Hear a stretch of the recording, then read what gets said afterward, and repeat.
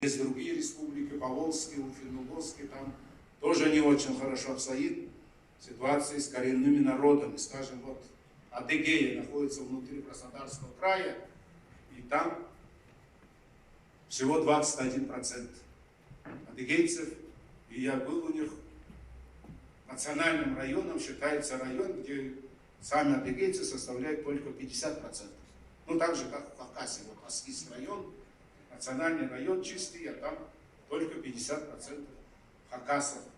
Вот почему в этом отношении каждый писатель, каждого народа должен отчетливо понимать свое значение.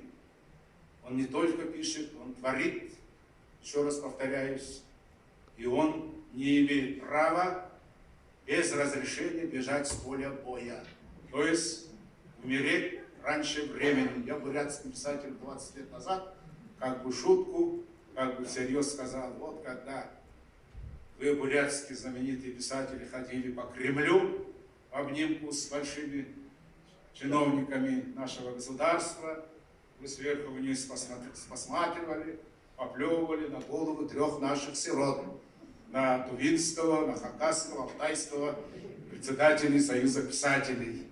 Нам не давали слова, даже на пленуме, а съезд писателей — это вообще было политическое событие, где 2 дня вместе с писателями в полном составе работало, слушало руководство всей страны. Сейчас этого не происходит, к сожалению, но я думаю, что после того, что закончится на Украине, в России тоже должны произойти изменения к этому лучшему.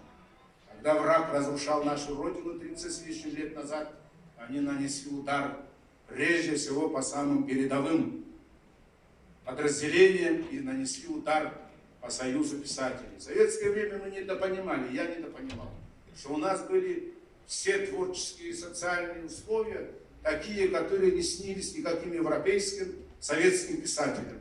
Когда этого не стало, мы только сейчас понимаем, что мы имели, что мы потеряли. Мы тогда от государства не зависели.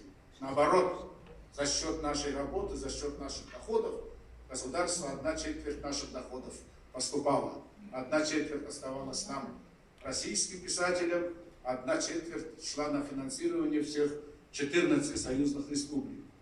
В то же время, все время мы понимали, что мы, россияне, сидели как в трюме корабля. Все внимание, все почести воздавались писателям 14 союзных республик. А нас